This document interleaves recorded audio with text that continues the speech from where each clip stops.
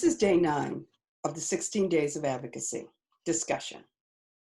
Our discussion today will be around the issue of gender-based violence from an international, district, and local perspective. To begin, I would like to introduce Ulte Schulz, President-elect of Zonta International from Verding, Germany, District 27, who will give us the international perspective. Ulte?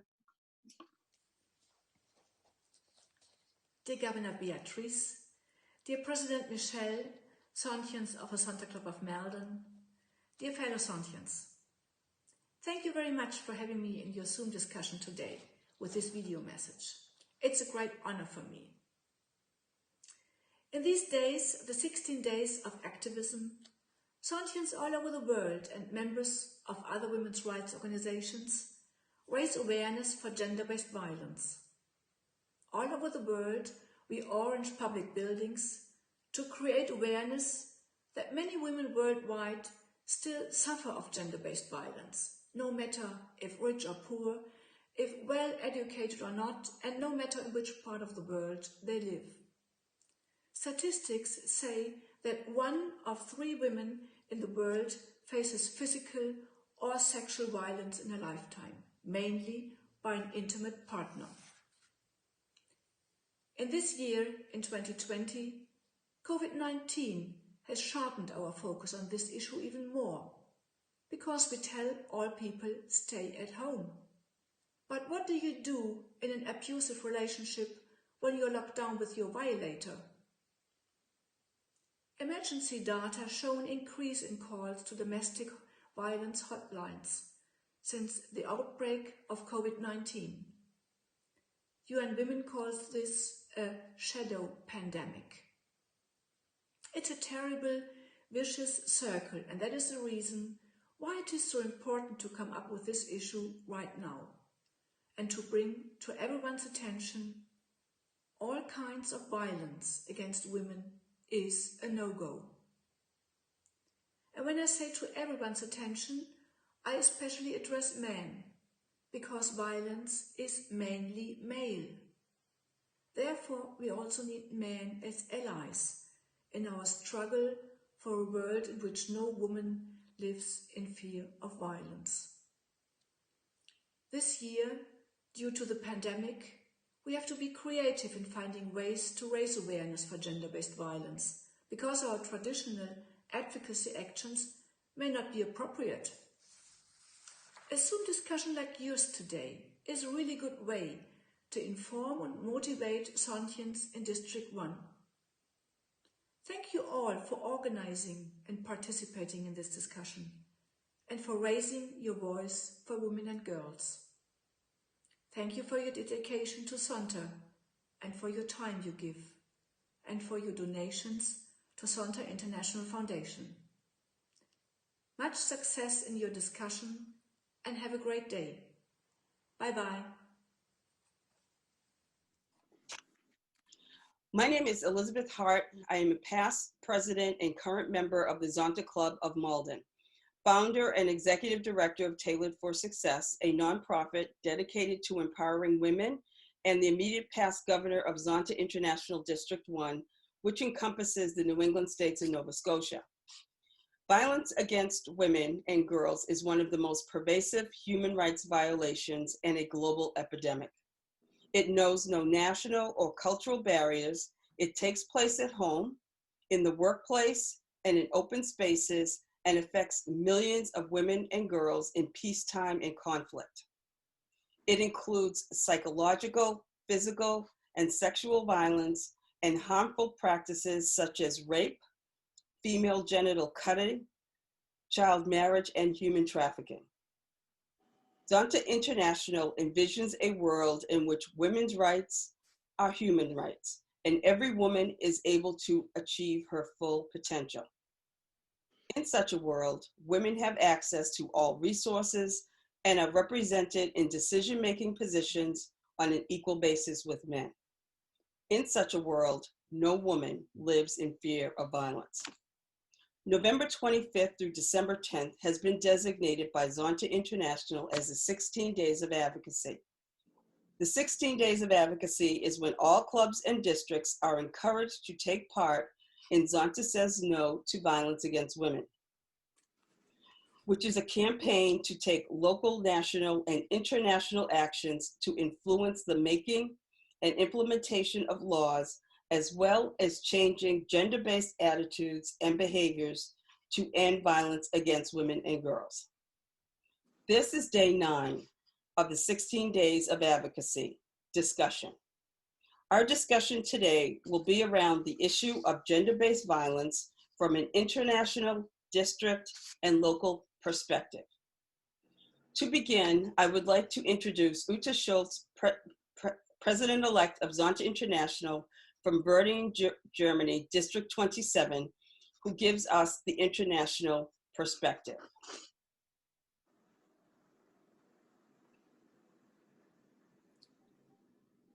Welcome back. We are continuing our discussion on gender-based violence on this day 9 of the 16 days of advocacy. I am honored to have with me today Beatrice Shorey, Governor of District 1 of Zonta International. As I mentioned, Zonta International District 1 encompasses all the New England states and Nova Scotia. Governor Beatrice is from the Zonta Club of Halifax, Nova Scotia. Also joining me today is Donna Raycraft, District 1 Advocacy Chair from the Zonta Club of Concord, New Hampshire. Thank you both for taking the time to speak with me today.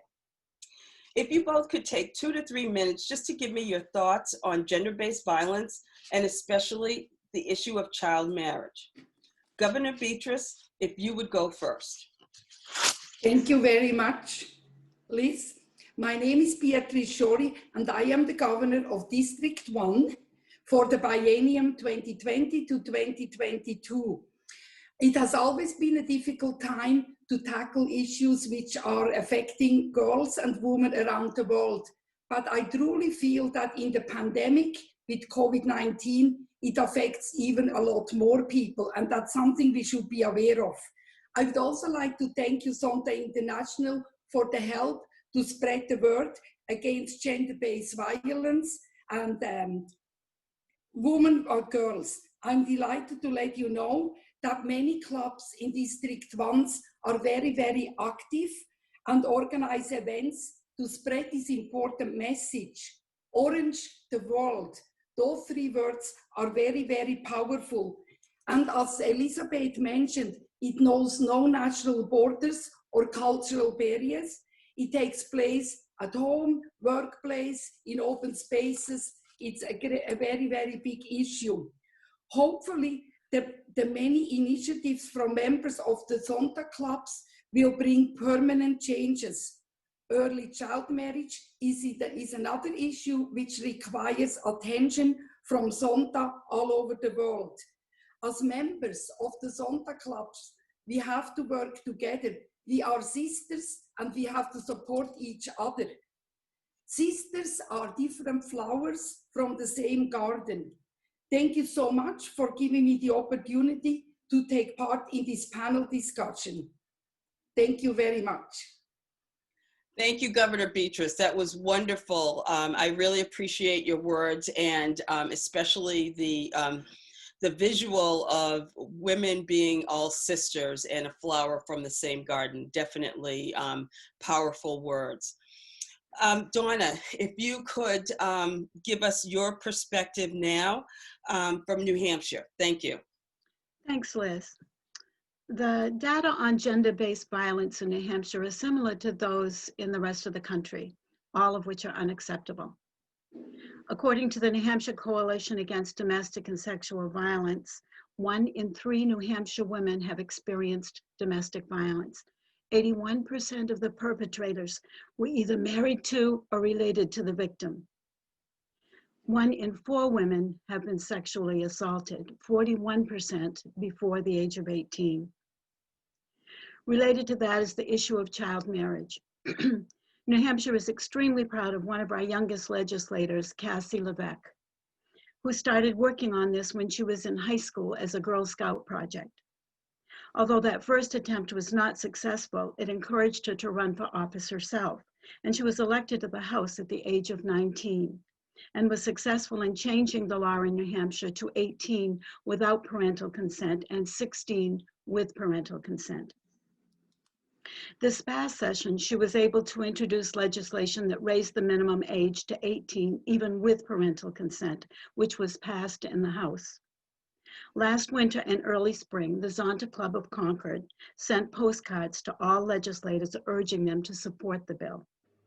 Working with Unchained at Last, we were scheduled to attend a Senate hearing in wedding gowns and veils to show our support. It was that week that the state went into lockdown because of the pandemic. A bill has been reintroduced and will be considered as soon as the legislature reconvenes, although that date has not been determined because of COVID. When it does convene, we'll be there in our bridal attire. During these 16 days of activism, the Zonta Club of Concord has used social media and the newspapers to provide daily education on the issue of gender-based violence, including child marriage.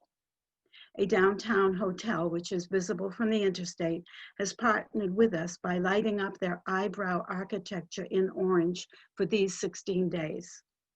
We have also made donations to the New Hampshire Coalition Against Domestic and Sexual Violence, and also Womankind Counseling Center, to be used to counsel women who have experienced trauma.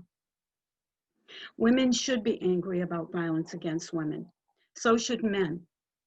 So Zontans need to keep this issue front and center, not just during the 16 days of activism, but on day 17 and 18, and as many days as it takes. Thank you, Donna. Thank you for that information about what is happening in New Hampshire. I want to thank Governor Beatrice and Donna Raycraft, the District 1 Advocacy Chair, for joining me today. As I mentioned earlier, and was demonstrated by today's speakers, violence against women and girls is a human rights violation and a global epidemic. Zonta International has long been focused on the issue of violence against women, but specifically on the issue of child marriage since 2018-2020. I'd like to thank, again, Vice President Uta Schultz for joining us and being on this video and giving us the international perspective. In closing, I would just like to give a few statistics about child marriage. It is estimated that 650 million women alive today were married as girls. Child brides are often pulled out of school and are at a greater risk of violence, being trapped in poverty and serious health complications or even death due to pregnancy. Globally, 1 in 5 girls were married before age 18. About 250 million women were married before age 15. Girls with no education are 3 times as likely to marry by 18 as those with a secondary or high school education. 90% of adolescent pregnancies in the developing world are to girls who are already married. Girls between the ages of 15 and 19 are twice as likely to die in childbirth as women in their 20s, and newborn children of younger mothers face greater risks of dying. Early marriage doubles a teenager's chance of living in poverty and triples the likelihood she will be beaten by her spouse compared to married adults.